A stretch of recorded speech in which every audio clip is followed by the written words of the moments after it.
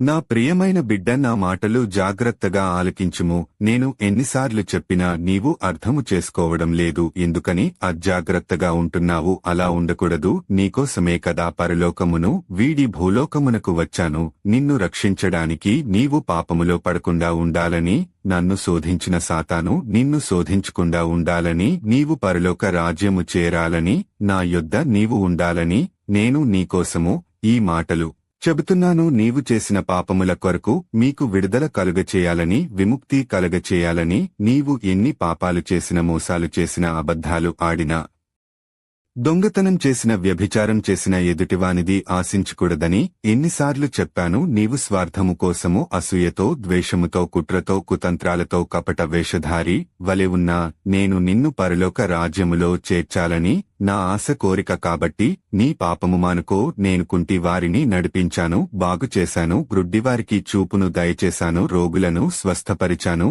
మూగవారు మాట్లాడేలాగా చేశాను, చెవిటివారు వినగలిగేలాగా చేశాను, చనిపోయిన వారిని లేపాను, పాపులను క్షమించాను.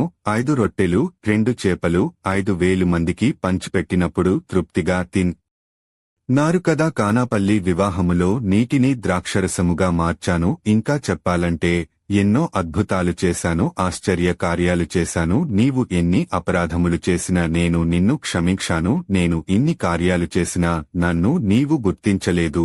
నీవు నన్ను అధికారుల ముందు దోషిగా నిలబెట్టావు, కొరడాలతో కొట్టావు, నా ముఖము మీద ఉమ్ము వేశావు, పిడికేళ్లు గుద్దులు గుద్దావు, గడ్డం పట్టుకుని లాగావు, సిలువ భుజం మీద మోపి కొరడాలతో కొట్టుకుంటూ గొల్గతా స్థలానికి తీసుకెళ్లావు, సిలువు వేశావు, బల్లముతో పొడిచావు, వస్త్రాలు చీల్చి సీట్లు వేసి పంచుకున్నావు. నాకు దాహం అయితే చేదు సిరకను ఇచ్చావు. అయినా నిన్ను క్షమిస్తున్నాను. ఇప్పటికైనా నా బిడ్డగా మారు, హృదయ పరివర్తనము చెంది మనస్స మార్చుకుని బాప్తిసం పొందుకో. నీవు నాతో కూడా పరలోకములో ఉండాలని ఈ మాటలో నీకు చెబుతున్నాను. నా రాజ్యములో ఆకలి దప్పికలు ఉండవు, సంతోషము ఆనందము ఉంటుంది. భూలోకములో అందరూ సమానులే, నా పరలోక రాజ్యములో అందరూ సమానులే. నీవు నా ప్రియమైన కుమారుడవు, నా ప్రియమైన కుమార్తెవు. నా మాటలు ఆలకించుము. నేను రెండవ రాకడలో రాబోతున్నాను. సిద్ధపడు సుమా. ఆమెన్.